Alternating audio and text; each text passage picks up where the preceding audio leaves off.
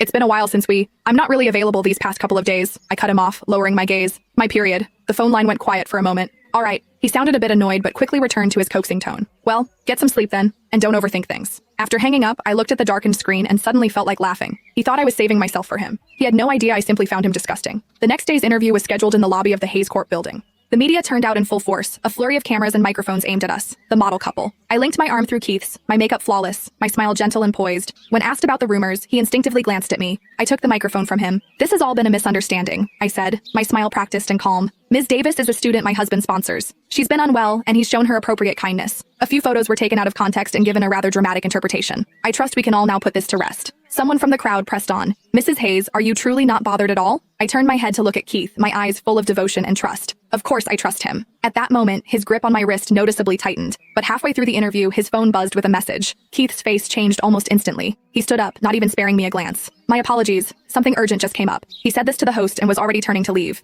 I remained seated, still holding the microphone. The media erupted in a stir. Someone loudly asked, Mr. Hayes, is it about Ms. Davis? We heard she was hospitalized? His steps faltered for a second, then he walked out without looking back. I sat there alone, in the brightest spotlight, cleaning up his mess, continuing to play the part of the devoted wife. Afterward, Ryan, my assistant, cautiously asked, Mrs. Hayes, are you all right? I stood up, straightened my dress, and smiled. I'm perfectly fine. And I truly was. Because I knew he had just pushed me one step closer to the finish line. That night, he didn't come home. He only sent me a message. Her fever's really high. I'm at the hospital. You go to sleep first. I replied with a single word. Okay. Then I thought for a moment and sent another message. My mom isn't feeling too well. I need to go back to my parents' place tomorrow for about a month. Want me to come with you? It's nothing serious. I can handle it. Okay. I sent the message, set my phone aside with a quiet exhale, and turned my attention to the newly arrived report on my desk. Its conclusion was stark. Incubation period complete. The virus is now transmissible. The next morning, I packed my bags and left the mansion. As the car drove out of the tree-lined driveway, I glanced in the rearview mirror at the house I'd lived in for 4 years. The morning mist hadn't lifted yet, and a dull gray light enveloped the entire garden. The garden was filled with red roses. He'd had them flown in from France years ago, simply because I'd once said I liked them. The golden boy of the city's elite social scene, a true scion of wealth, had spent months planting those 999 roses with me, by hand. Back then, to achieve maximum aesthetic appeal, he'd even stayed up late for 9 nights, revising the rose layout himself. I used to tease him. You're such a perfectionist, even worse than me.